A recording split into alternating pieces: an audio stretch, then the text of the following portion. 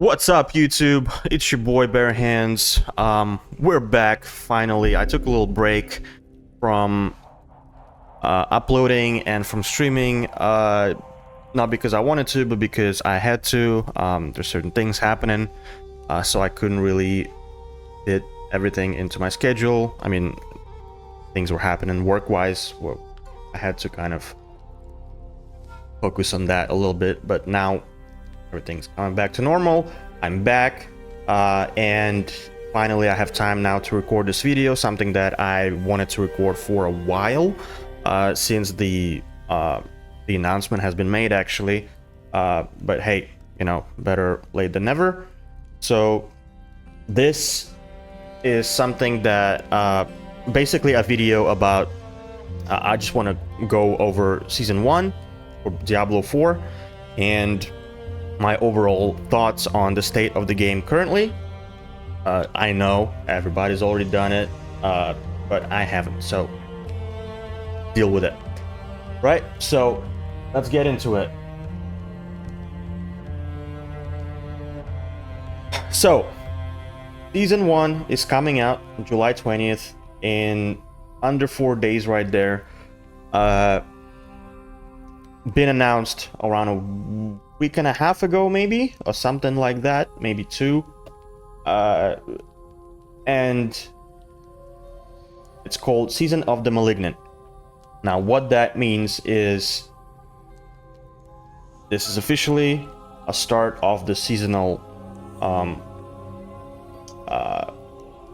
of structure of the game. So now we're past the season 0, the current state of the game, and we're going into season 1, and after every 3 to 4 months they'll be releasing new seasons, and it's gonna keep going like this with new every season will be bringing new ideas, new mechanics, new hopefully content. So what Season of Malignant will bring us is basically this thing right here. There'll be a new quest line with a new NPC. I don't know if the quest will be compulsory for everyone to be able to interact with the mechanic later. I think it will be, because it makes sense. And then there's a mechanic itself. Basically, there'll be, as you progress through the world, you'll be able to run into these special mobs, these special monsters that will be afflicted with this malignant aura or whatever, and you'll have to defeat these powerful, corrupted enemies to harness malignant hearts. With over 30 new malignant powers to wield, the might of the malignants is yours for the taking. So basically, these mobs will be dropping these items called malignant hearts, which you can then slot into your gear. I think you'll only be able to slot them in your jewelry, meaning your necklaces and rings. You will not be able to slot them into your other gear like weapons and armor. And each of those parts will give you some kind of incredible boost or upgrades to your powers. They did mention that these will be huge, potentially game-breaking things. So I am looking forward to these new abilities. Basically, they will be serving as new aspects of power, right? Like they'll just give you these new abilities, or perhaps enhance your current abilities in certain new ways. So I'm excited about which new builds will be around with these, and how we'll be able to kind of maybe play on our on the builds that we know and love. Like, for example, I love my poison build, so I'll probably be doing something with that in mind on the rogue. We'll see. And there's going to be a new boss, which is also tied to the whole malignant thing. Scour the malignant tunnels to search for the catalyst of corruption, make your stand against Vashan the Consumed, and uncover the secrets of the malignant. I hope this is gonna be somewhere between level 0 and 100, not like Uber Lilith, so that maybe at some point at level 80 to 90, maybe even earlier, maybe 70 to 85, we'll be able to get into these malignant tunnels and try get this boss done, because that'll be a nice little milestone at that point, something that current game solely lacks, which is, you know, it would be a nice thing to have during those levels and at that point in the game. Basically at 50 you would be done with your campaign, and then you get, you know, you get to your sacred level, world tier 3 kind of era on the character. You get some kind of power upgrades to the sacred level, and then slowly you get into your world tier 4 by level 70, and then you can start getting your ancestral gear and another power spike, and then perhaps you can, you know, unlock this boss and try your luck with that boss. And then afterwards, your next challenge will be Uber Lilith. That makes sense. Again, new gear. They adding new 6 new uniques into the game, 7 new legendary aspects. They said 1 aspect for each class, and 2 new just generic aspects for everyone. Earn new rewards. Again, this is just stuff that, you know, like probably to do with mostly with the battle pass, especially the season blessings here. Basically on the battle pass, you'll be able to get these smoldering ashes, and there's a free version of the battle pass, and anyone can be getting these smoldering ashes at certain points on the battle pass. You will be able, you will have to be certain level to be able to use them. Basically what they do is once you use them, that you can upgrade certain things for your character, like a boost in power in terms of boost for your experience gained, for your gold gained, for your chance to drop malignant hearts, stuff like that. Season title, and whatever, clothing, weapon, transmog, whatever. Again, this is for your premium battle pass. There's going to be free battle pass, normal battle pass, and premium battle pass. No one cares. Blah blah blah. These are your differences. You can check this out. This is, by the way, on the DIABLO4.com website. Yeah, and this is pretty much it. Again, I did not expect a lot from season 1, because when they started working on season 1, and they did mention that as well themselves, it was right before the game actually got released. So obviously they didn't have all the feedback that the community gave them by now when they were starting out season 1. So obviously they couldn't put all these new updates and fixes and everything into that season, which is why they keep saying that all those things will be, or most of those things will be coming in season 2, because that's what they're working on right now, and which is why now they're implementing it for season 2, which makes sense to me. Again, I'm not deriding them in any way. I do believe that a lot of those things should have been done in the beginning. They should have learned from decades of experience that they had with Diablo 1, 2, and 3. And I don't understand why certain aspects of the game are just not there in the core game design. Some of it just doesn't make any sense. And so, like, for example, itemization, I don't know how they can fix it, but you know, there's plenty of YouTubers and Twitch streamers that have given their kind of thoughts on it and how they can fix it, and I do tend to agree with a lot of them, because as of now there's just a couple of stats on your gear that you're looking for that work across the board for every single class, and that's what you're looking for, and that's what you that's what your goal is, to just find items with those stats on them, and then either try to re-roll them with better rolls, or just keep getting upgrades for those stats as new pieces of gear, and that's it. There's no really like chase uniques, because the Uber uniques that we have, they're technically non-existent because you can't really get them because they're so super fucking rare. And the uniques that you do get are very underwhelming, so you don't really have these power spikes as you progress, especially after around level 70. Once you get all kitted out in your ancestral gear.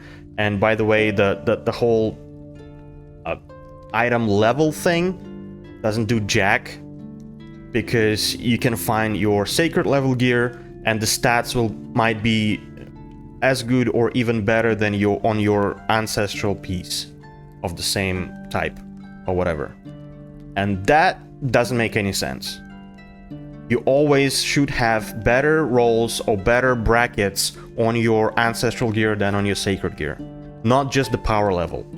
And this is what everyone's talking about, and it's annoying, and that needs to be addressed for sure and fixed at some point. Scaling, the level scaling of the world, again, it's such a bad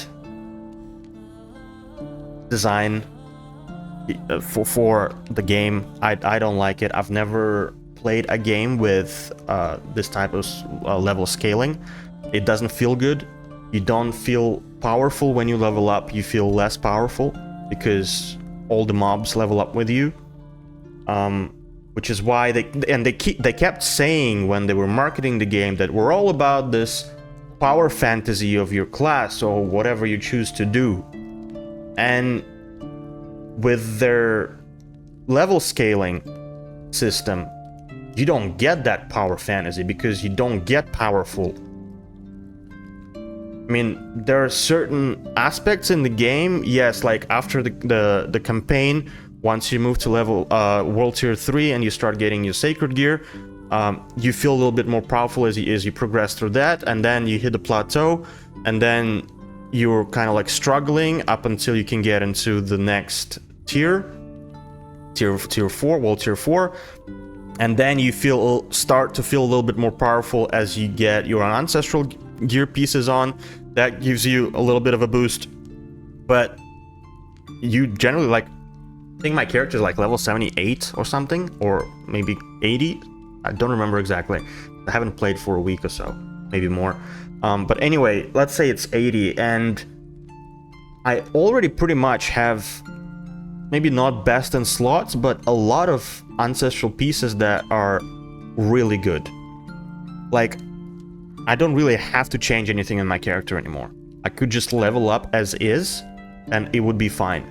So for another 20 levels, I would not feel any upgrades. I would not feel any... you don't feel rewarding when you kill mobs or you kill bosses and they drop something and you're like, whatever, it's just another thing to sell to the vendor. So that, that aspect is, I thought would be a lot more fun when I first started playing, but as I started leveling up more and more and I started playing more and more, doing more and more things in the end game, it's all it feels the same. Which is why, with this introduction of Malignant Hearts, I don't know if it will change that feeling of the end game at all.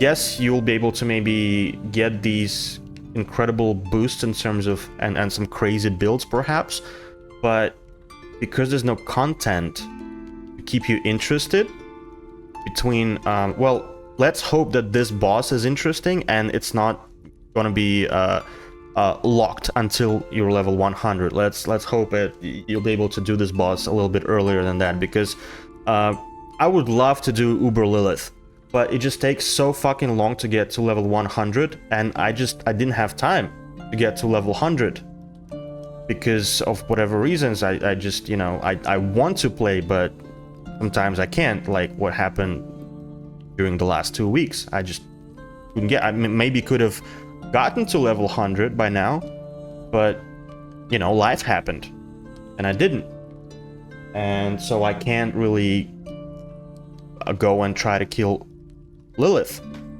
because I'm not 100.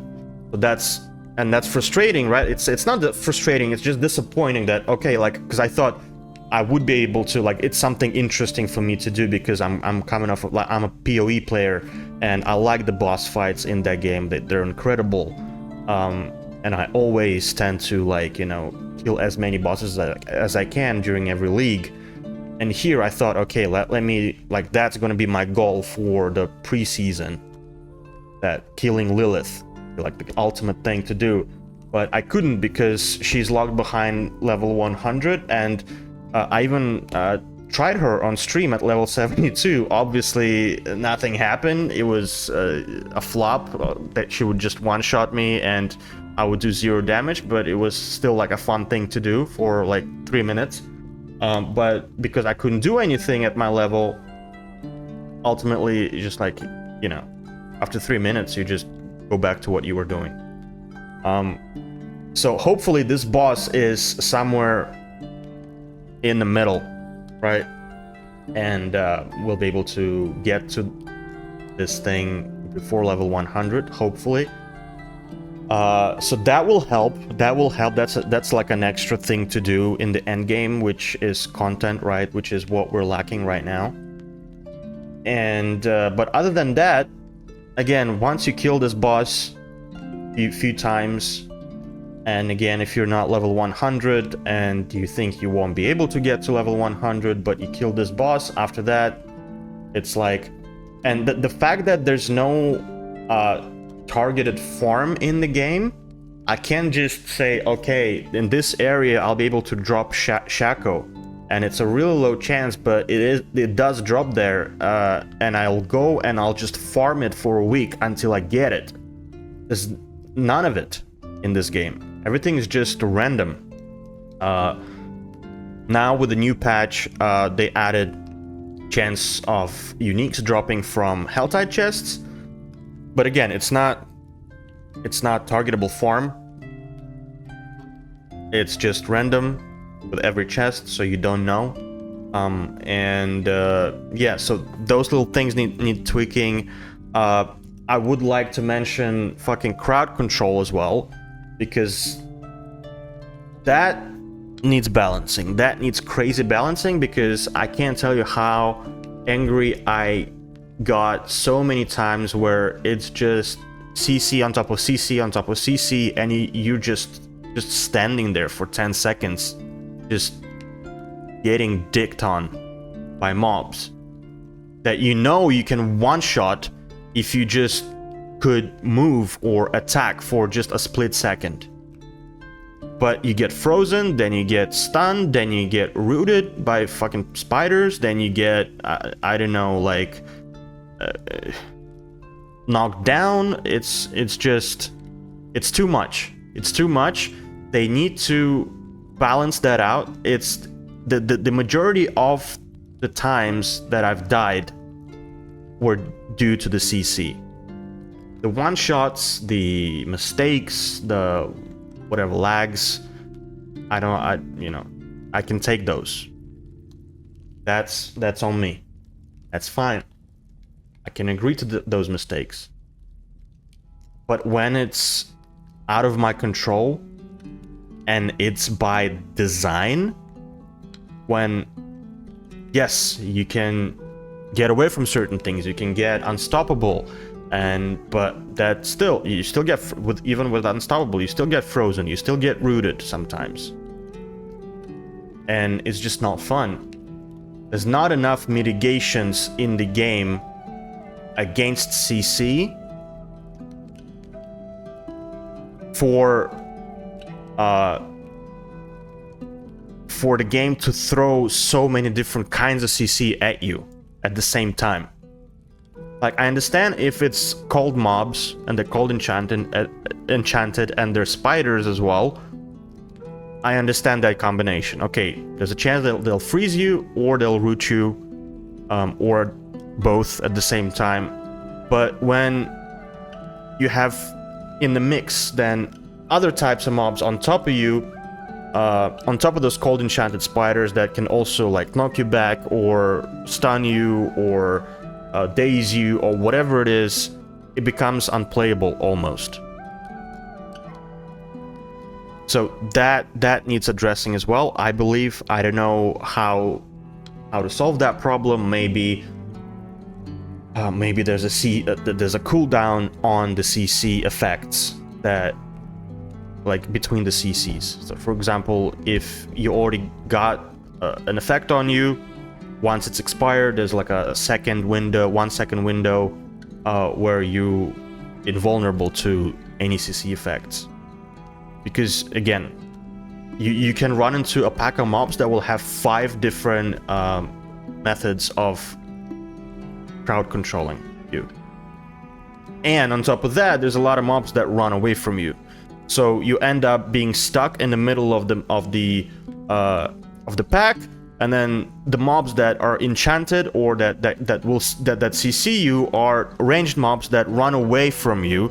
So you physically have to get to them, but you can't because you're stuck in one place. And that's what kills you, and that's what makes it extremely frustrating to play. But other than that, the game's great. I am thoroughly enjoying it. I enjoyed my time with it so far. It looks great. It feels great. Some of the well, I only played Rogue so far and a little bit of Necromancer. The Rogue feels great. I love the Rogue. I love the mobility. The skills feel great. So I don't have any complaints there. Those are my thoughts. Season 1 in 4 days, or 5 days rather. Can't wait. We're gonna go hard. We're gonna go deep, balls deep on the release of the season. So stay tuned. Peace out.